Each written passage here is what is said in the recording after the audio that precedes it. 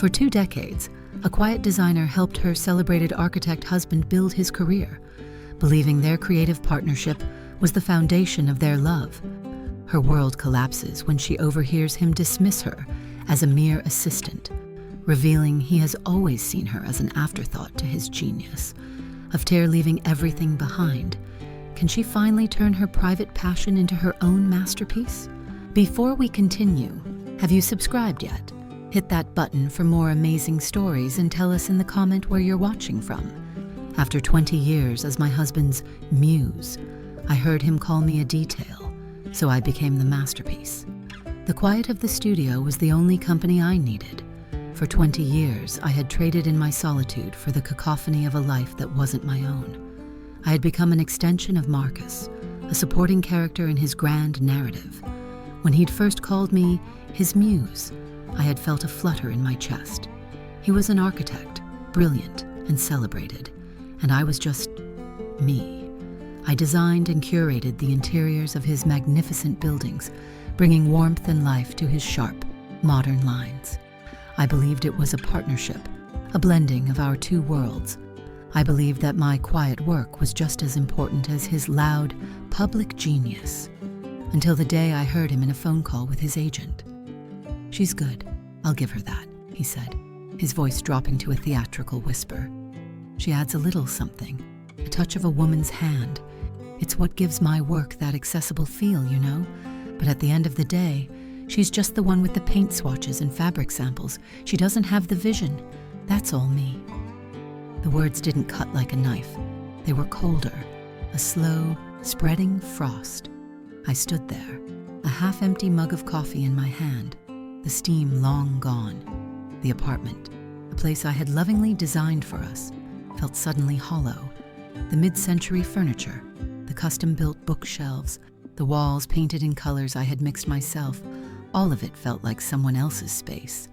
I was an afterthought, a detail, not a collaborator, not an artist, just an assistant with a more intimate title. It was a Tuesday. I remember the exact time, 10:17 a.m. My phone buzzed with an email from the gallery. They wanted to feature my work, my own work. I'd been painting in secret for years, small, intricate portraits of everyday life. The way light hit a cracked porcelain teacup, the pattern a forgotten tablecloth made on a dusty floor. These were my private moments, stolen hours of genuine creation. I had never shown them to anyone, not even to Marcus. It was the one piece of my life I had protected from his all-consuming world. The subject line read, "Invitation for solo exhibition." I read the email again, my heart pounding a rhythm I hadn't felt in years. I could say yes, or I could ignore it, continue on this path of beautiful servitude. I looked at the floor-to-ceiling windows, the view of the city, a perfect frame for a life I was supposed to be living. I had spent so long creating beautiful things for someone else's space, someone else's vision. I had convinced myself that this was a noble sacrifice, a quiet love. But in that moment, I realized I hadn't been protecting a partnership. I had been hiding, and it was time to step out of the shadows. I began to pack that night, not out of rage, but out of a calm, certain purpose. I didn't take much. My clothes, my canvases, my paints, the things that were truly mine. I left a note on the kitchen counter. Not an accusation, not a farewell, just the simple words, "I'm taking a different path." I walked out into the cool night air and felt a shift in the universe. A slow, steady exhale of a life lived in a box. I drove to my sister Clara's place. She lived in a small, cozy cottage by the sea, a world away from the gleaming high-rises I had grown to despise. The moment she opened the door, she took one look at my face and said, "You finally decided to live for yourself." She didn't ask questions. She simply hugged me and made a pot of tea. Over the next few weeks, I threw myself into my art. I painted with a fervor I hadn't known I possessed. I painted Clara's overgrown garden, the way the light danced on the water, the weathered texture of an old wooden rowboat, the canvases filled with stories that were uniquely mine. The silence that had once felt like a burden was now a sanctuary. Marcus called, dozens of times. At first his messages were confused. is this? Are you having some kind of a crisis? We have a life together, a business. What about the Milan project? He never mentioned me, my well-being, or our relationship. He only spoke of the life we had built together, a life that, to him, was a building, a project, a business. My decision to leave was an inconvenience, not a heartbreak. I didn't answer. The silence was my response. The freedom to not explain myself, to not justify my choices to a man who saw me as a commodity, was a revelation. A month later, the solo exhibition opened. The gallery was small, but elegant, and my paintings hung on the stark white walls like windows into a secret world. I was terrified, but as people began to arrive, I watched as they saw me for the first time, not as Marcus's muse, but as the artist, the storyteller. A young woman with a sharp bob and a serious expression stopped in front of a painting of a rusty swing set. "I love this," she said, her voice soft with genuine emotion. "It's so much more than a swing set. It's childhood, loss, and hope all at once." Her words were a balm.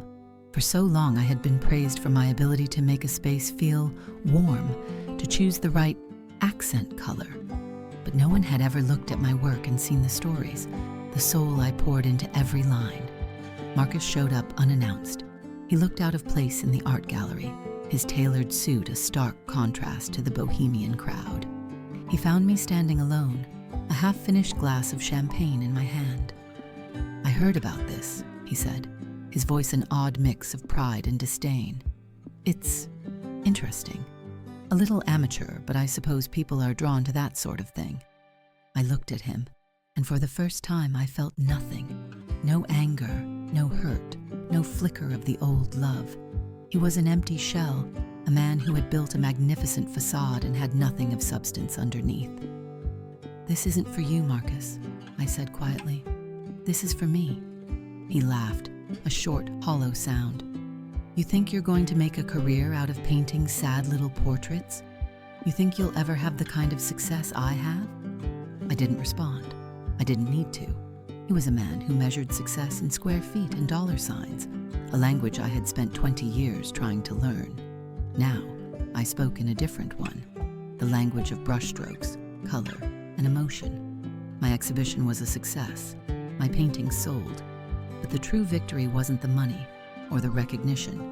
It was the feeling that I had finally given myself permission to be seen. I was no longer the invisible woman, the one behind the curtain, pulling the strings. I was the star of my own show, the author of my own story. One evening, a woman approached me. She was older, with lines around her eyes that spoke of a life well lived.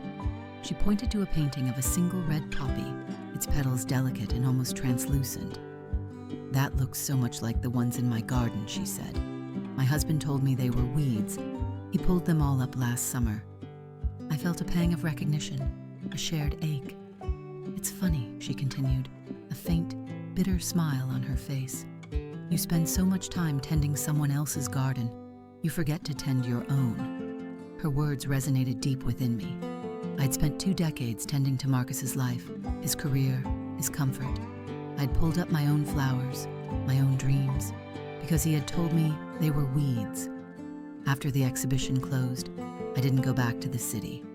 I stayed with Clara, renting a small cottage of my own, my studio flooded with natural light and the scent of the sea.